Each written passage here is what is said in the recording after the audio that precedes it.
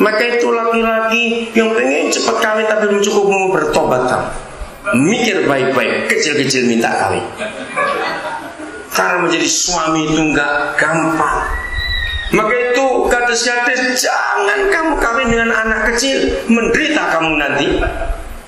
Ngerti kata ini? Karena suami itu punya tanggung jawab yang sangat berat. Dan itu hukum firman Tuhan. Nah, celakanya kalau suaminya suka mabuk, ini yang celaka. Bagaimana keputusan bisa diambil? Orang itu sedang mabuk. Dan ini terjadi di tanah Papua. Kehancuran generasi kita bukan karena ini, karena itu. Karena suami-suami yang tidak menjadi pemimpin dan tidak mau bertanggung jawab dalam hidupnya. Mari para suami, kita lihat keadaan diri kita ini. Roma pasal 5 ayat 12. Kalau kita baca ayat ini baik-baik, maka seharusnya kalau Adam masih hidup dia bisa protes. Roma 5 ayat 12. Sebab itu sama seperti dosa telah masuk ke dalam dunia oleh satu orang, dan oleh dosa itu juga maut. Demikianlah maut itu telah menjalar kepada semua orang, karena semua orang telah berbuat dosa. Nah, dalam perikop ini Roma 5 12 sampai yang ke 21, maka Adam yang jelas disalahkan. Nah, kalau kita lihat saudara, yang salah kan bukan Adam sebetulnya, Hawa. Betul tidak? Tapi mengapa Adam yang disalahkan? Dengarkan laki-laki, dengarkan semua suami. Inilah hukum Kristus dalam pernikahan. Maka suamilah yang bertanggung jawab. Karena ketika si istri datang membawa buah itu, harusnya suami langsung berkata, firman Tuhan berkata, bukan yang ini kita makan, yang lain boleh, yang ini tidak.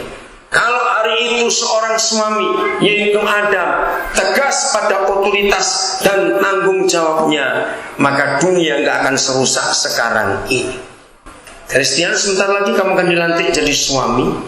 Dan jadi suami, kamu gak cuma jadi suami untuk uli, tapi kamu jadi pemimpin untuk orang-orang di sekitar.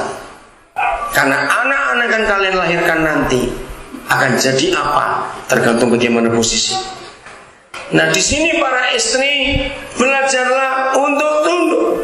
Kalau istri tidak mau tunduk dan suka melawan, merasa dirinya hebat, maka Tuhan tidak akan membiarkan rumah tangga itu dihancurkan karena dia sayang pada keluarga. Itu sebabnya para istri belajar untuk hormat kepada suami dalam segala hal. Itulah hukum Kristus yang ada. Saling mengerti tugasnya masing-masing. Kalau di keluarga, dua orang itu tahu tugasnya, tahu bagiannya. Kalau istilah manajemen, tahu job description-nya, maka rumah tangga akan aman. Maafkan saya kalau saya berkata frontal ini. Seandainya ada di antara ibu bapak yang hadir hari ini, rumah tangga penuh dengan kekacauan, jujur rendahkan hati, pasti di antara kalian berdua, suami istri, melanggar aturan-aturan ini. Apalagi kalian dua dari dua suku berbeda. Yang satu suku aja sering ribut, apalagi yang beda suku.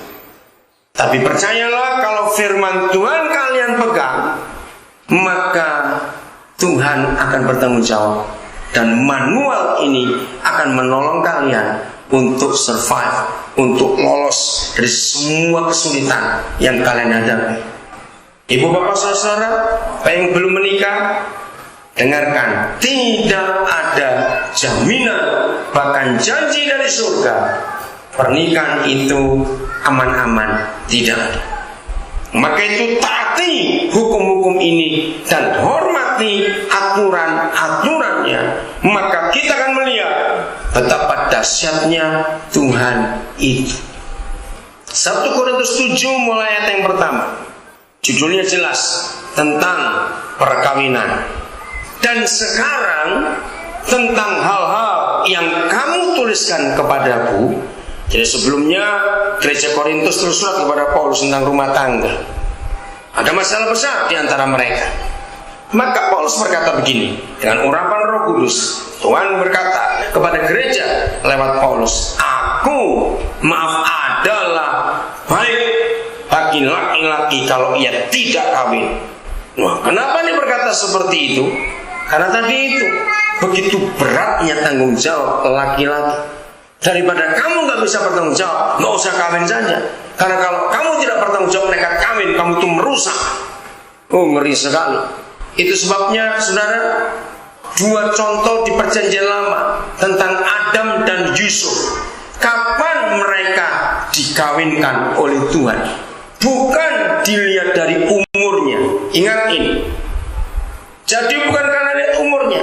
Adam dan Yusuf di perjanjian lama adalah bukti bahwa konsep laki-laki menikah itu cuma satu, bisa bertanggung jawab.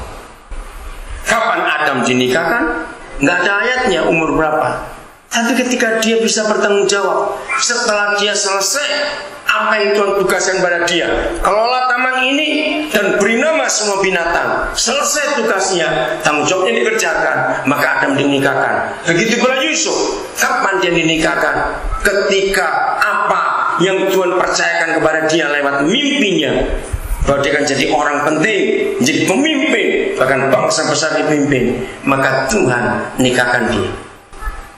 Jadi laki-laki bukan umur yang menentukan kapan kita menikah, tapi tanggung jawab kita. Dan saya senang menggunakan istilah bahasa Indonesia. Kalau laki-laki nggak bisa bertanggung jawab lalu dikawinkan, maka dia bisanya jawab tanggung-tanggung. Dan itu artinya beda sama sekali. Dan kalau suami nggak pernah bisa bertanggung jawab, rusaklah rumah tangga itu.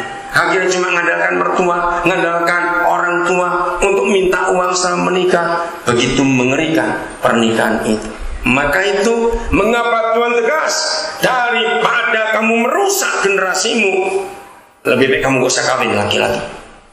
Ayat 2. Tetapi mengingat bahaya percabulan, baiklah setiap laki-laki mempunyai istrinya sendiri, dan setiap perempuan mempunyai suaminya sendiri.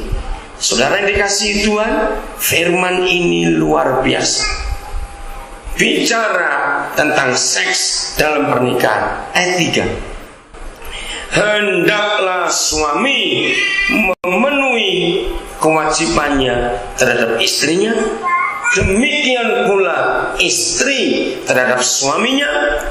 Istri tidak berkuasa atas tubuhnya sendiri, tetapi suaminya. Demikian pula suami tidak berkuasa atas tubuhnya sendiri, tetapi istrinya.